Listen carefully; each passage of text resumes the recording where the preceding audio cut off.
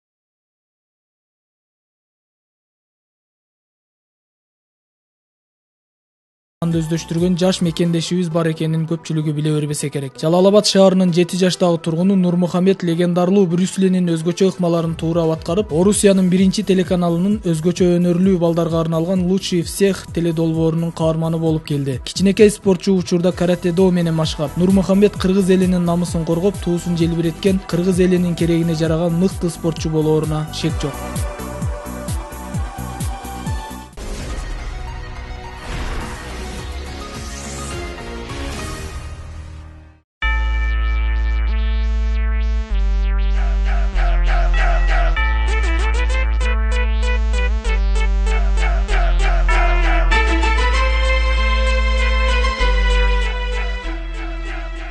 Урматтуу телекөрүүчүлөр, спорт эч кандай жаш куракты талап кылбайт. Бүгүнкү биздин каарманыбыз жашы 60ка таяп калса дагы жаш спортсмендерден кем калбай спорт менен машыгып келет. Анда эмесе урматтуу телекөрүүчүлөр, Сулайман агай менен сиздер менен биргеликте маек куруп көрсөк, эфирден алыстабаңыздар. Саламатсызбы? Эртең мененки машыгуу? Ооба, эртең менен келип кичине ден соолук үчүн. Ушул жерден сизге алгачкы суроому берсем, ушул куракка чыгып калсаңыз дагы ушундай тоого чыгып жүгүрөт экенсиз эми. Бул сизге оор келбейби? Жок, оор келбейт. Бир темпте акырын чуркайбыз, жүрөккө нагрузка бербей. Жок, айтайын дегеним ушул жашыңыз дагы бир 60ка таяп калыптыр да, жаш спортсмендер дагы бул тоого баягы аябай катуу мелдештерге даярданганда гана ушул тоого чыгып жүгүрүшөт экен да. Сизге ошого оор келбейби дегеним ошондон. Жок, оор келбейт. Мен көнүп калгам. Сайыз убагынан бери биз мурда жашыбызда тренировка кылып жүргөндө деле эртең менен дайым чуркайт элек да. Ошого көнүп калганбыз. Кыйынчылык деле жок. Эмне себеп болгон ушул спортко келип калышыңыз? Спортко келген себеби бул атам болгон биринчиден. Атам рамат элек спортты аябай жакшы көрчү элек. Анан алысында мен уул көрбөй жүрүп атамчы 5 кыздан кийин төрөдүм да. Анан чогойгондо биздин алдыбызда казак тренер бар эле. Ошого балам чогойгондо балбан кылам деп, күрөшчү балбан кылам деп туруп, чоңойгондо эле ошо секцияга бар атам берген да. Сен бар күрөшкө машыгасың деп туруп. 11-ти бүткөн, 10 класс бүткөндөн кийин физкультурага тапшырып, Бишкекке физкультурага өтүп кетип, ошондон ары улап физкультурага бүтүп, андан кийин тренерликти улап. Эми бул жерде эң чоң себепкер бул ата-энем десем, атам, апам, туугандарым барычы. Себеби мен биздин жаштыгыбызда айылда эле жаштыкта шок болосуң, ар жака бир спорттун экинчи түрү секире бересиң, бирөөнөн экинчисин өтөсүң, ар кандай бокско барам, футболго барам деп жаш балдар кызыга берет го. Бир спорттун бир түрү менен ал дарак бир жерде көгөрөт дегендей, бир түрү менен машыксаң, ошондо ийгиликке жетишесиң да. Ошондо үйдө жумуш болсо деле, мен жумуш кылам, бүгүн тренировкага барбайм десем, эжем, апам, атам, туугандар жок, бар сен тренировкага бар деп тренировкага айдайт элем мен. Французска барба деп биздин күрөштө, таза күрөштө, чалмай жок, бутка кирмей жок. Кайсы жакта негизделип, кайсы жакта түптөлгөн бул грек-рим күрөш? Бул грек, Рим деп биз айтып турат да бул. Греция менен Римдер ошол убакта күчтүү болгон го. Бул бир кылымдарда 17 Италия, Римде аны гректер күрөшкөн. Ошондо балбандарды, мисалы, согушчандар деп коет го, согушка даярдаганда ошо күрөштүн ыкмаларын колдонгон да. Ошондо анан грек-рим күрөшү деп аталып калган. Башка спорттон айырмасы эмнеде ушу грек-рим күрөшүнүн? Грек-рим күрөшү десем бул грек-рим эмнеси менен айырмаланат? грек-рим күрөшү бул эми мактап ар ким өзүнүн спорт түрүн мактайт дегенде болбосун, бул күрөштүн атасы деп койсо болот. Биринчи ушул грек-рим күрөш пайда болгон, таза күрөш. Мен деген палвандар, мисалы Баяман Эркинбаев деген Баяман палван, Тапанча палван Кыргызстандын 25 жолку чемпиону, ошолор баары грек-рим күрөштөн мастер спорт болгондор СССРчи. Ошого бул татаал күрөш, бул күрөшкө күрөштүн көп мээнет керек, көп талапкан эмгек керек бул жагычы. Ушул грек-рим боюнча кандай ийгиликтерге жетиштиңиз өзүңүз? Ийгиликтерин айтсам, ошол 35-36 жылдык мээнеттин эсебинен азыр Кыргызстанга эмгек сиңирген машыктыруучу наамын алдым. Ошол менен балдарым дүйнөлүк биринчиликте, Азиянын биринчилигинде, Евразиянын биринчи чемпион балдарым бар. Ана призер деп коет. Ошо дүйнөлүк биринчилигинде, Азиянын биринчилигинде биринчи, экинчи, үчүнчү орун, экинчи бир эмес, 2-3 алган окуучу балдарым бар. Ошолор эсебинен 2015-жылы Кыргызстанга эмгек сиңирген машыктыруучу деген наамды алдым. Азыр грек-рим күрөшү боюнча Алыш спорт залында машыктыруучу болуп иштейм. Эми убакытта болуп калыптыр, азыр залда машык балдарга тренировка бар, машык ошого барайлы. Ошону барып балдарды машыктырып келем. Урматтуу телекөрүүчүлөр, биз азыр ушул Сулайман агайдын машыккан жана машыктырган залына барып маекти улантмакчыбыз. Кызыктын баары алдыда.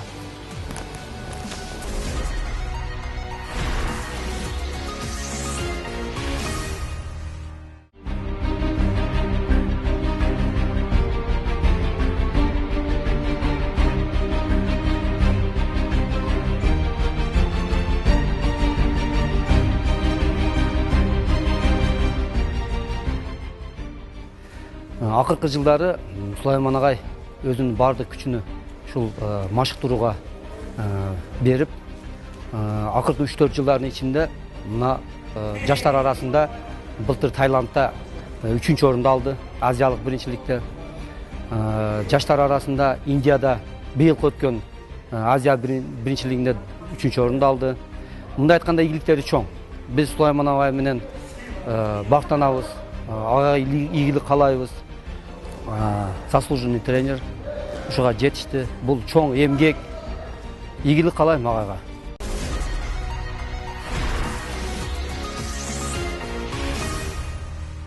Урматтуу телекөрүүчүлөр, биз азыр Сулайман агайдан 1-2 ыкма үйрөнүп алсак. Анда эмес агай, ушул өзүңүздүн эң жакшы колдонгон, ошо жогорку мелдештерде колдонгон бир ыкмаңыздан көргөзүп бербейсизби? Бросок подворотом, захватом руки двумя руками деп, же качерга деп коет. Бир колду, эки колдоп кармап, жан башка чапмай деп коет. Мындай жасалат. Көз күрөшкөнү келгенде астынан. Мына астынан, жана келе. Мына керек деп. Тартасың өзүң. Тең салмактан чыкканда, прием деп киресин. Тымдай захватом руки двумя руками дейт. Колду кармап мына. Астынан колдукка кол бияк кирет. Тартып туруп ана көчүп киргизесиң. Мына пут мына учунда бурулат. Сен путуң бурулбады да. Путуң учуда бурсаң, бул өтө ыкчамдык керек экен. Мына колтукка тыккан да. Тыгып туруп. Аны ушундай. Тока тизең тигизбейсиң, биз тизелеген жасагабыз, ол башка прием. Тизелебеш керек. Тизелебей да бул. Тизелеген башка. Алда прием, бирок ал башка да. Эки башка ыкма экен да. Эки башка да. Бул через колено деп коет анчы. Муну через колено, муну бергидей дейт.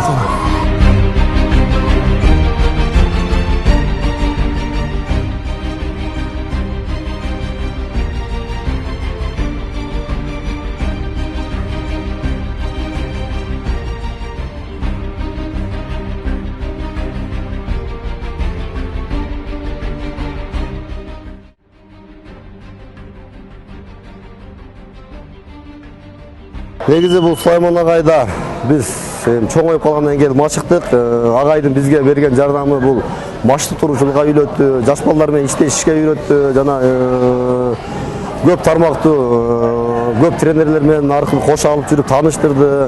Негизи бизге бул грек-рим күрөшүнө максат коюп берди, тааныш ашырып берди. Азыркыга дейин акылдашатын бизден аябай айтып келет дайыма. Агай Кыргызстандын эмгек сиңирген машыктыруучусу. Өзгөчөлүгү бул грек-рим күрөшүндө өтө бул тактыкты, чындыкты талап кылган күрөш катары билгенде Сулайман агай азыркы өзү канча ачса да ушул убакка дейин өзгөчөлүгү биз катары машыгып келет. Жаш балдар менен ушу күчү тең бирдей күрөшүп келет.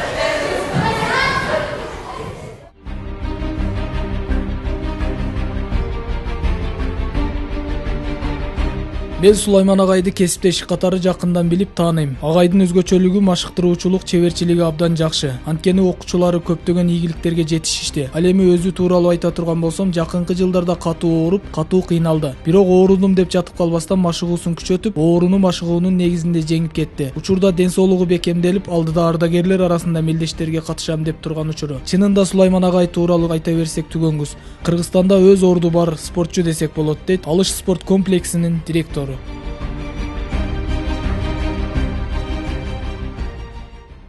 Сулайман агай боюнча сүйлөй турган болсок, Сулайман агай бизге 2005-жылы грек-рим күрөшү боюнча тренер болуп келген. Бул агай өтө мээнетчил, жаш балдар менен өтө жакшы тренер, спонсор, күчтүү адам. Азыркы убакытта бул азыр Ош шаарынын ошондой эле биз алыс старший тренер болуп эсептелет грек-рим боюнча. Агай өзү өтө мээнетчил деген бизди кайдан билет элем. Бул 2006-2007 жылдар өтө каттуу ооруду. Болчу өзүндө айтканда грыжа болуп, больницага жатып операция болуп чыкты. Өтө оор акыбалда чыкты. Но ушу спорттун күчү менен гана ушу жеңип кетти. Мына азыркы убакта өзүнө дүйнөлүк карылар ортосунда да бул грек-рим күрөшү бар да. Ошолордун катышам деген аракетте жүрөт, азыр даярдыгы да ошого болуп атат азыр бул кишинин. Ошол ооруду, ошо грыжаны ушул спорт менен жеңип чыгып кетти ушул азырчы. Эмесе бул даже 50 килограммга түшүп калды вес боюнча. Азыркы убакта 82-80дин нарып барганда уже формада келип тренировка кылып, азырдан жаш балдар менен күрөшүп, биздин кесиптештердин ичинде бул аксакалыбыз болуп калды азыркы убакытта. Жакшы мамиледебиз, адамгерчилик өтө жакшы, жаштарга кылган мамилеси жакшы. Улуу катары бизге азыркы убакытка чейин насаат сөздөрүн айтып келип жатат. Бир эле бизге эмес, мына Ош шаарында грек-рим күрөшүндө күрөшүп жүргөн балдарга дагы айтып жүрөт. Өзү шаарда өзүнүн мындай айтканда тренерлик жагынан өзүнүн орду бар деп эсептесек болот.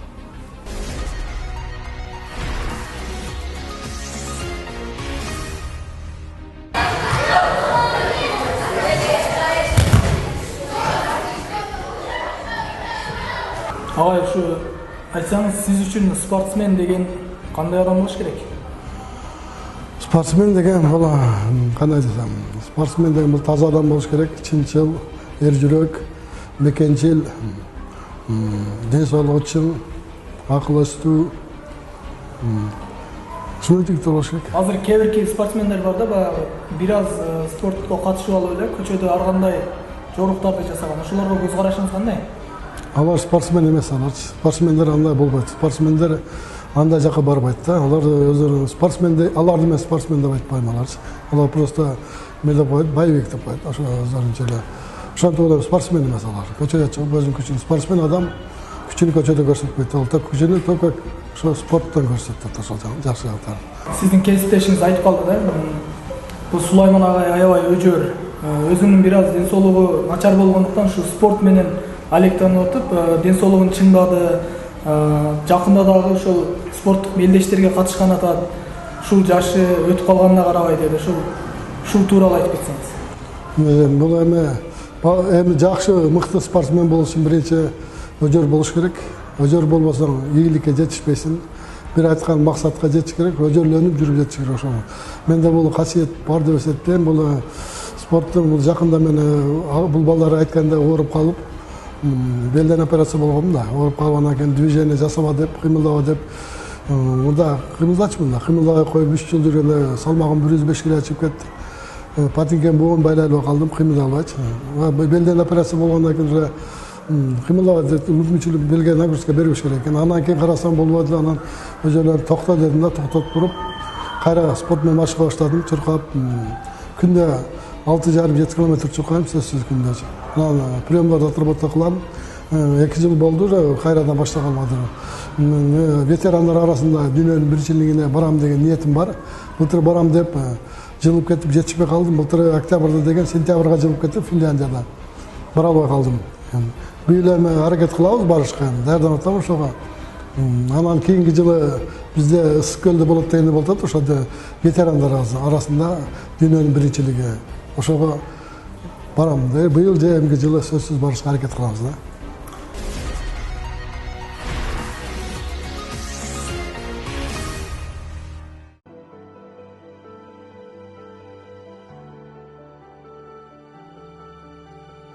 Менин катуу кубанган учурларымды айта турган болсом, СССРдин спорт чеберчилигин толтургандагы кубанычыма чек жок. Андан кийин Кыргыз Республикасынын эмгек сиңирген машыктыруучусу наамын алганымда да кубанганмын. Айта берсем, ийгиликтеримдин ар биринде мени кубаныч бөлөйт. Ал эми алдыга койгон максаттарымы айта турган болсом, ар бир машыктыруучунун көксөгөнү олимпиадалык чемпиондорду даярдоо. Мен да азыркы учурда даярдап жатам. Олимпиадалык чемпионду даярдоо үчүн албетте көптөгөн аракеттер керек. Негизинен спортко шыктуу балдарды табуу абзел. Мен СССРдин эмгек сиңирген машыктыруучусу Матвеев деген агайдан кантип ушул эмгек сиңирген машыктыруучусу наамын алдыңыз деп сураганымда, ал мындай деп жооп берген: эң башкысы спортко шыктуу, таланттуу балдарды машыктыруу керек деп жооп берген. Андыктан убакытты текке кетирбестен талантына карап тандашыбыз керек, дейт каарманыбыз Сулайман Миңбаев.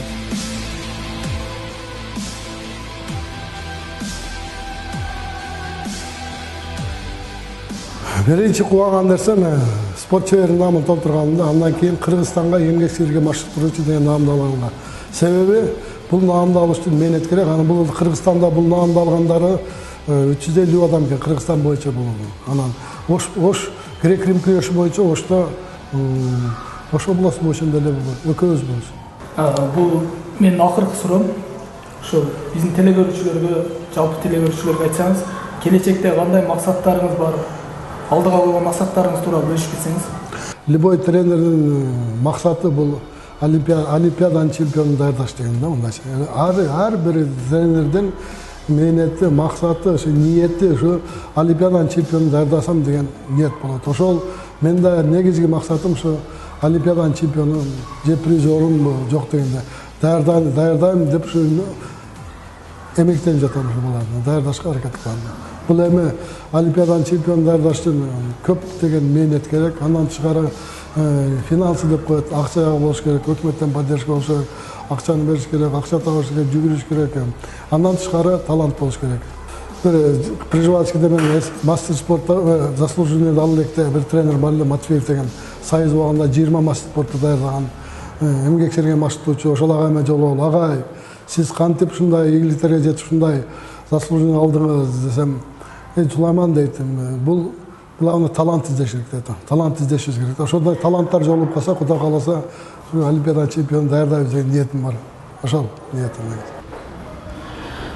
Мына урматтуу телекөрүүчүлөр, СССРдин спорт чебери жана ошондой эле Кыргыз Республикасынын эмгек сиңирген машыктыруучусу Сулайман агай менен болгон маекке күбө болдуңуздар. Бүгүнкү көрсөтүүбүз ушуну менен соңуна чыгат. Кийинки эфирден жолугушканча саламатта калыңыздар.